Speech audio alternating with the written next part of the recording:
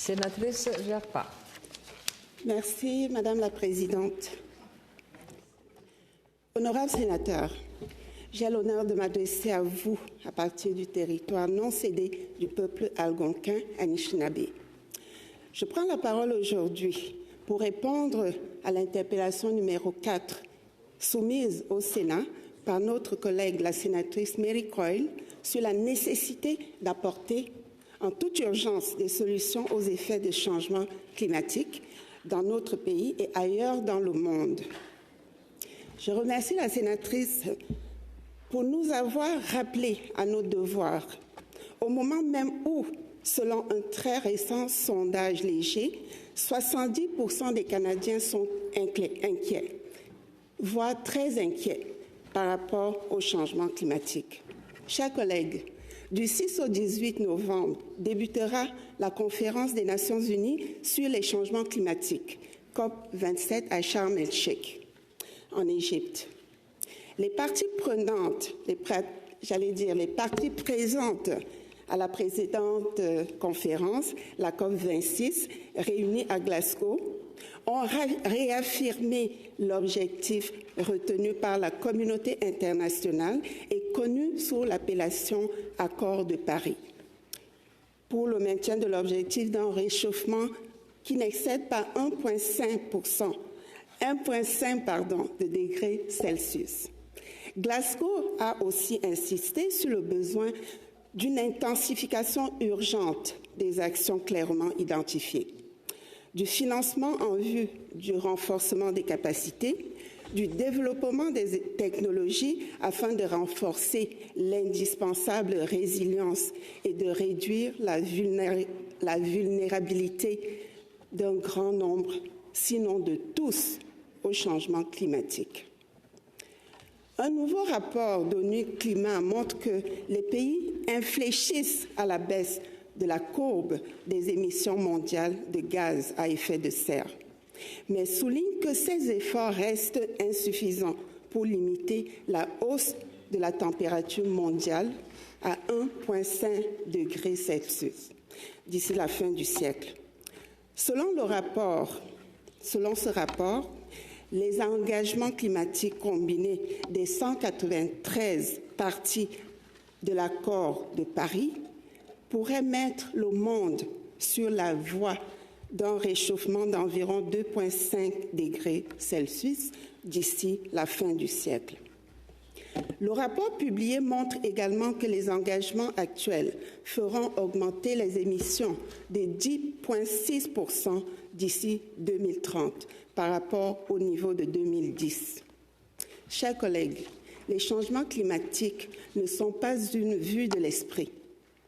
Ils frappent durement sur tous les continents et ils ont, ces derniers temps, affecté sérieusement notre pays, notamment la Colombie-Britannique, la Nouvelle-Écosse, Terre-Neuve et Labrador et une partie du territoire québécois.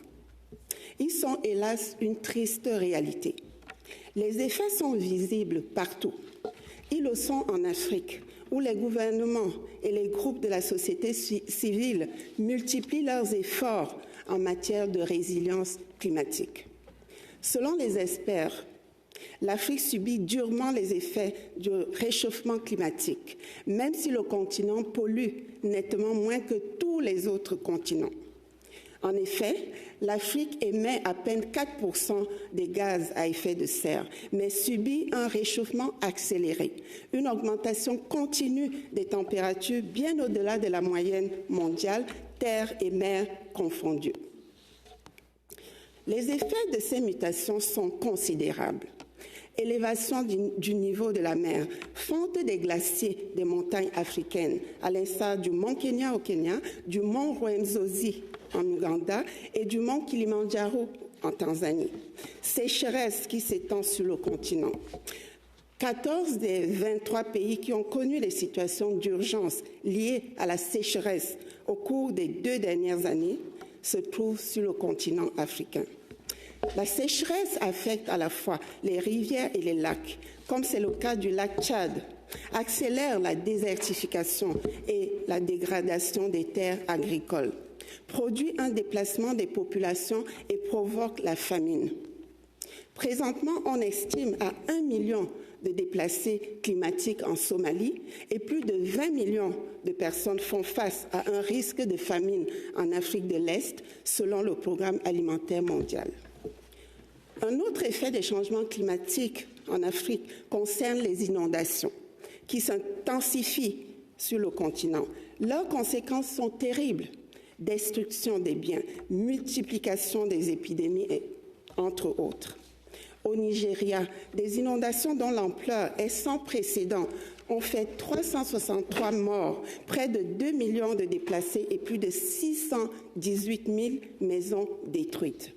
En Afrique du Sud, en avril dernier, de graves inondations ont fait près de 400 morts. À défaut d'intervention décisive dans le monde et en Afrique, on prévoit que d'ici 2030, 100 millions d'Africains vivant dans l'extrême pauvreté seront durement affectés par les effets des changements climatiques. 100 millions, c'est presque 3 fois la population du Canada. Devant de telles calamités actuelles et futures, une question se pose. Y a-t-il une perspective africaine, des solutions africaines aux défis posés par les changements climatiques?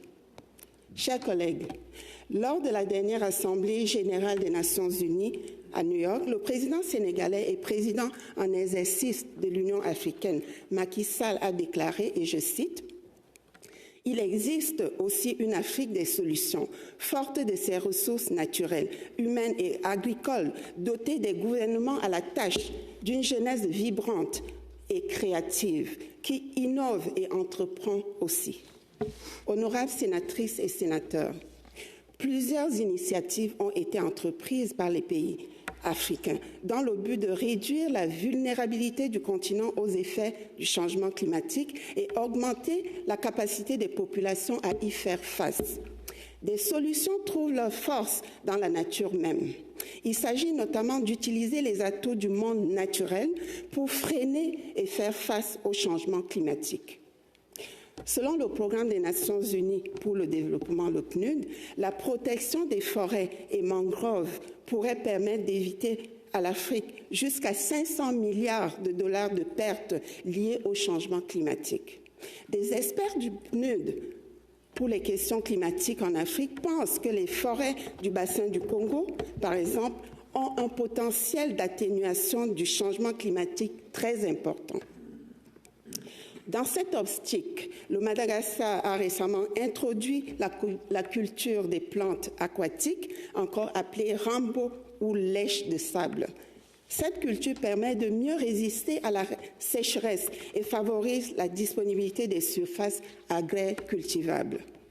Les îles Comores et le Malawi ont pour leur part opté pour la plantation en continu d'arbres pour faire face aux effets du changement climatique sur l'environnement et sur les populations. Les Seychelles, de leur côté, ont décidé de creuser des digues pour faire face aux inondations. La transition vers les énergies renouvelables en Afrique a également progressé de manière impressionnante au cours de la dernière décennie. En effet, de nombreux pays se sont efforcés d'accroître leurs capacités en vue de passer à un avenir énergétique durable. Au Maroc, par exemple, plus d'un tiers de l'électricité est déjà renouvelable grâce à la centrale solaire de Nour-Croisazat, le plus grand parc solaire concentré du monde. C'est aussi le cas des centrales éoliennes en Éthiopie et au Cap-Vert, qui, de manière croissante, réduisent l'usage des fossiles combustibles et par là même les émissions de gaz toxiques. Selon les prévisions de l'Agence internationale pour les énergies renouvelables, ces énergies pourraient représenter 67% de la production d'électricité en Afrique subsaharienne d'ici 2030. Certains pays africains ainsi que la Banque africaine de développement prônent et investissent dans les transports durables. Au Sénégal, par exemple, les transports publics de Dakar comprennent maintenant un train express et un système de transport en commun rapide par bus avec des véhicules électriques. Le Kenya a, en 2021, s'est équipé de milliers de motocycles électriques pour les déplacements en ville et encourage les populations à adopter ces modes de déplacement. Chers collègues, vous aurez compris que les pays africains travaillent de plus en plus à augmenter la résilience des populations locales ainsi que leur capacité d'adaptation pour faire face au changement climatique. Mais la plus grande initiative en matière de résilience climatique en Afrique est la Grande Muraille verte. Il s'agit du programme phare du continent qui vise à combattre la désertification et lutter contre l'insécurité alimentaire et la pauvreté. Le programme ambitionne de transformer les vies de millions de personnes par la création d'une vaste mosaïque de paysages verts et productifs à travers l'Afrique du Nord, le Sahel et la Corne de l'Afrique. Adoptée par l'Union africaine en 2007, l'initiative de la Grande Muraille verte rassemble plus de 20 pays africains ainsi que des organisations internationales, des instituts de recherche, la société civile et des organisations communautaires. Cette muraille doit relier Dakar à la capitale du Sénégal, à Djibouti, ce qui représente 11,7 millions d'hectares. Cependant, bien que l'Afrique présente des solutions innovantes pour la résilience climatique, il faut reconnaître que le continent africain fait face à des défis de financement pour booster cette résilience climatique.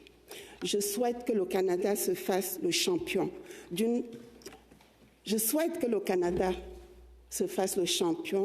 du respect de ses engagements envers le continent, aux Nations Unies, au G7, à l'OCDE et à la COP27.